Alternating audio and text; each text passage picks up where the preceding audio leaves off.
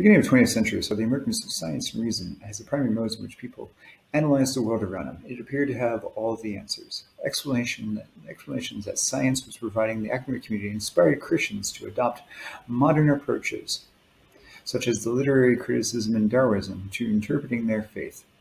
Part of the modernist approach was a questioning of Christian traditions through the modernist lens. It was through these approaches that caused fundamentalists to call for a return to the fundamentals of the faith, to combat the influence of modernism.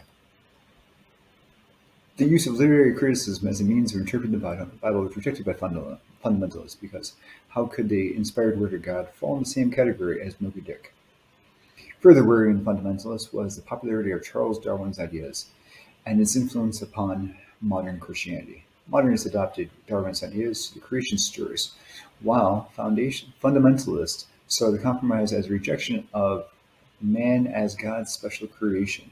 For this reason, the Scopes trial was seen as a battle for the soul of the United States, according to fundamentalists.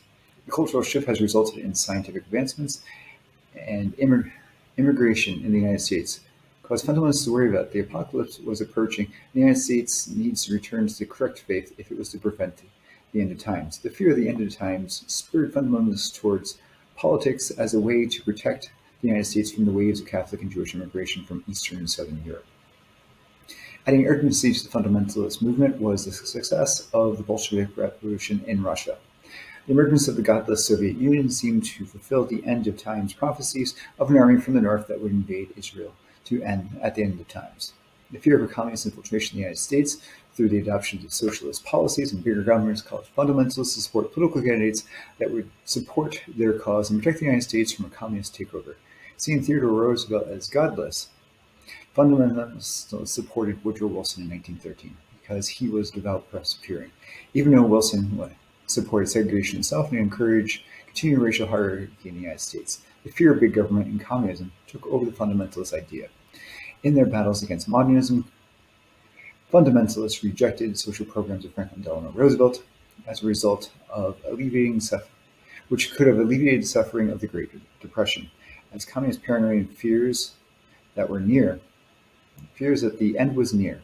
Fundamentalists were willing to reject portions of the Bible which focused on social justice and the poor and the weak if it meant gaining political influence. An example is Billy Graham's actively working against the election of John F. Kennedy to prevent the papist takeover of the United States, and believed the election of a Catholic would close off the doors of power to the fundamentalists in their attempt to save the United States from the coming apocalypse. As fundamentalist relevance disappeared in the 60s and 70s, political rejection of democratic welfare systems as a means to protect the United States from communism and moral decay became the primary platforms where fundamentalists interacted with modernist agenda. In the fundamentalist cultural war against modernism, their quest to become the universal standard in which the United States interacted with morality alienated other denominations and cultural traditions, forcing fundamentalists to find more and more extreme political allies in order to hold on to power. In the end, much like the Puritans, their efforts to build a holy society, fundamentalists were willing to make compromises in order to protect the United States from God's wrath.